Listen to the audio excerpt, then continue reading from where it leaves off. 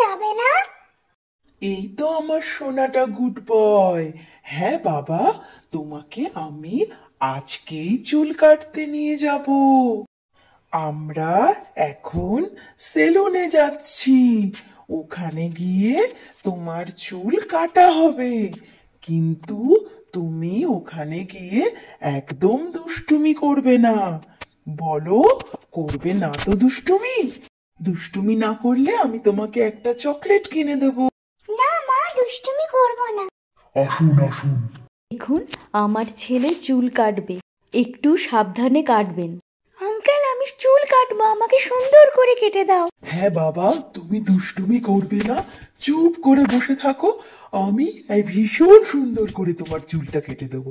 Uncle, আমি তো কিছুই দেখতে পাচ্ছি না, তুমি আমার সিটটা একটু উঁচু করে দেবে? হ্যাঁ নিশ্চয়ই। এই তো, এবার আমি কি সুন্দর দেখতে পাচ্ছি।